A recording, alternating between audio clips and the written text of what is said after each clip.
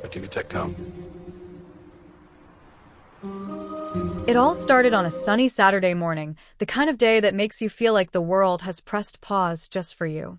I grabbed my fishing gear, the rod still slightly dusty from last summer, and made my way to the neighborhood lake, thinking of the quiet ripples, the birds swooping low, and the calm, meditative rhythm of casting a line and waiting. The smell of fresh grass mixed with the faint scent of water, and for a moment, I felt completely free, like a kid again, disconnected from bills, emails, and the constant buzz of modern life. But that serenity didn't last long. No sooner had I thrown my line into the sparkling water than I heard a knock on my door, a sharp, impatient knock that shattered the morning calm. When I opened it, there stood Karen from the HOA, her face red with fury, eyes practically popping out of her head, as if my mere presence on the lake was a personal affront to her existence. She started rattling off violations I had apparently committed, words like rules, community standards, and fines flying at me like arrows. I tried to explain, to tell her this was the same lake I had fished at as a kid, the same place families picnicked, the same waters where neighborhood kids had learned patience and resilience, but she didn't care. She pulled out her phone mid-rant and called the cops right there on my front porch, and within an hour, I was staring at a fine that felt more like an accusation than a consequence. My heart pounded with disbelief, anger simmering beneath the surface as I thought about how a simple, innocent hobby had been twisted into an offense. I went back to the lake, not to fish, but to think, pacing along the banks while watching ducks glide gracefully, trying to plan my next move, feeling a mix of frustration, determination, and disbelief. The more I considered it, the more absurd it seemed. The rules were vague, the HOA's power unchecked, and yet here I was, being penalized for simply existing in a place I loved. I started imagining every loophole, every way the law could be bent, the possibilities multiplying with each step I took, the sun dipping lower, painting the sky orange, and still, Karen's words echoed, "You can't just enjoy life without approval," as if the lake itself had become a battlefield, and I was the unwitting soldier drafted into a fight I never wanted. Thoughts collided in my head. What if I could turn this around? What if I could reclaim not just my right to fish, but the entire lake, to finally show the HOA that overreach has limits? The idea started as a whisper, then a spark, and now it burned like wildfire. If they wanted to play by their rules, maybe it was time I made my own. Maybe it was time to shift the game entirely, but how? I paced, plotting, observing neighbors, recalling every inch of land, the bridges, the tiny paths, the signs that marked community property, and piece by piece, a plan began to form, delicate yet daring, simple yet audacious, one that might just give me the upper hand, one that could make Karen and her overzealous enforcement finally see, that sometimes trying to control everything only invites the storm you weren't ready for, and as the wind rustled the trees and the water lapped quietly at the shore, I realized that this was no longer just about fishing.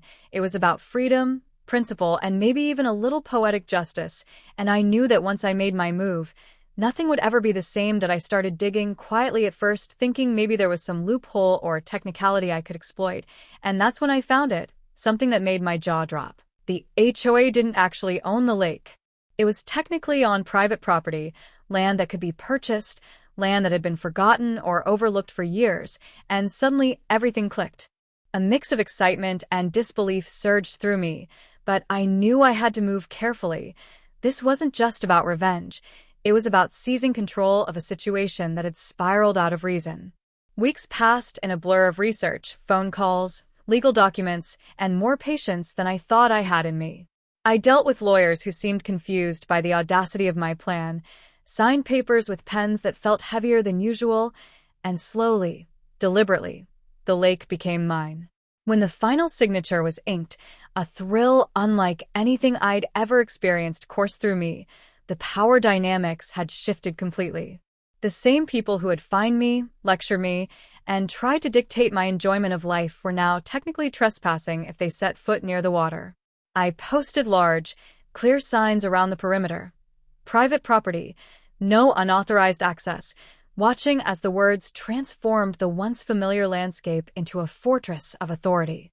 Neighborhood whispers started immediately, carried along fences, porches, and casual chats, like ripples spreading across the very lake I now controlled. Karen, the queen of overreach, and her loyal crew could no longer boss me around, no matter how red-faced or furious they got. The tables had turned, and every imagined scenario of their outrage played out perfectly in my mind. I strolled along the water's edge, imagining their reactions, savoring the subtle thrill of quiet revenge, realizing that a simple weekend fishing trip had snowballed into something far bigger, a personal victory disguised as property acquisition, and every gentle ripple on the lake seemed to echo my triumph. Every bird call a reminder that freedom had been restored, but also that the story was far from over, that the real test was just beginning, and that Karen and her HOA army were about to find out that crossing me now came with consequences they had never, ever imagined. The first weekend after I officially owned the lake felt surreal, like stepping into a dream I had quietly plotted for weeks, and I set up a little fishing spot just for myself, savoring the quiet, the gentle lapping of water against the shore, and the feeling of true freedom for the first time in months. For hours, I cast my line, watched the ripples dance, and let the stress of HOA rules, fines, and angry knocks melt away with every tug of the reel. But of course, word travels fast, and before long, a few neighbors, curious, hesitant, maybe hoping to slip in unnoticed, wandered too close, only to be met with a polite reminder that the lake now belonged to me. Some pleaded, offering apologies, sweet smiles, even awkward jokes, but I just leaned back, smiled, and said, "Rules have changed," watching their expressions shift from confusion to embarrassment. I didn't ban everyone, just the troublemakers, the ones who had acted like they owned the place, the ones who had called cops over a peaceful Saturday morning. Meanwhile, the rest of the neighborhood slowly realized this was no longer about community rules or HOA authority. It was about me finally taking control, and in that quiet reclamation of space, I felt a satisfaction that went beyond property or power. It was the pure joy of standing your ground, of outsmarting bullies without losing your sanity. Now, the lake is mine, and every weekend, I fish in peace, no fines, no cops, no Karen glaring from the docks, just me, the water, and the serene reminder that sometimes the only way to deal with unreasonable people is to change the rules entirely, and if you can, maybe just by your own lake while you're at it, letting every ripple whisper the story of how the bullied finally became the one holding all the cards, with nothing but laughter, patience, and a fishing rod to mark the victory.